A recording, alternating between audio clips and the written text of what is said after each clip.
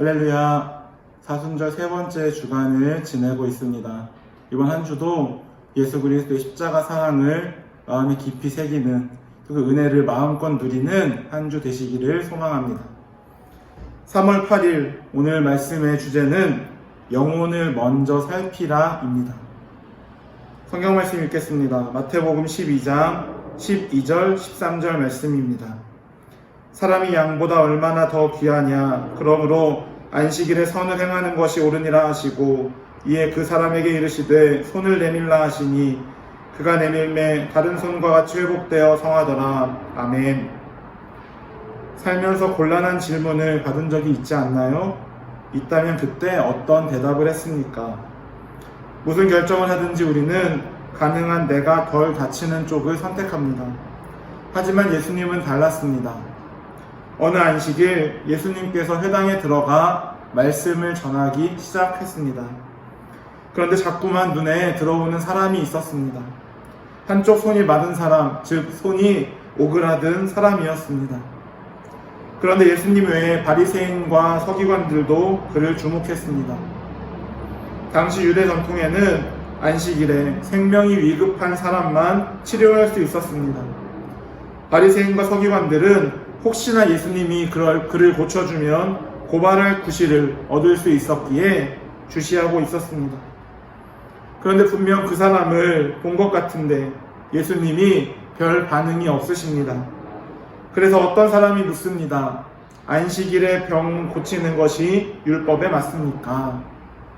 예수님은 이들의 의도를 눈치채십니다. 그 시비에 걸려들지 않으려면 내일 고치거나 아무도 없는 곳으로 데리고 가면 됩니다. 하지만 예수님은 바보 같은 길을 선택합니다. 손 마른 사람에게 다가가시더니 모두를 향해 말씀하십니다. 생명을 살리는 것은 선한 일이 아닌가. 그러므로 안식일이라도 선을 행하는 것은 괜찮다.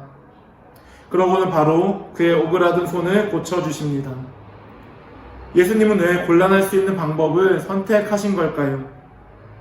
그것은 사람의 영혼에 주목하셨기 때문입니다.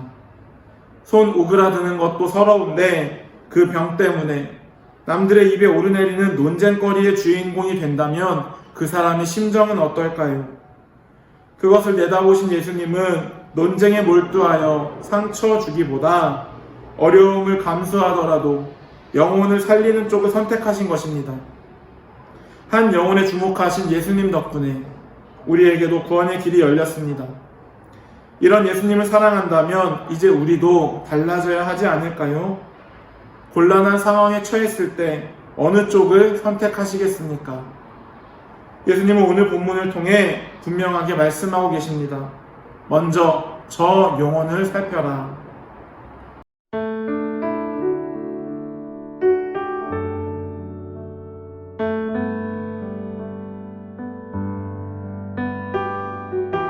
함께 기도하겠습니다. 어려운 상황을 만났을 때마다 내가 먼저 살기 위해 힘썼습니다.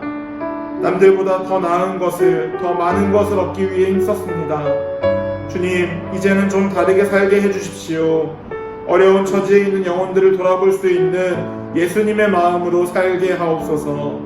예수님의 이름으로 기도합니다. 아멘.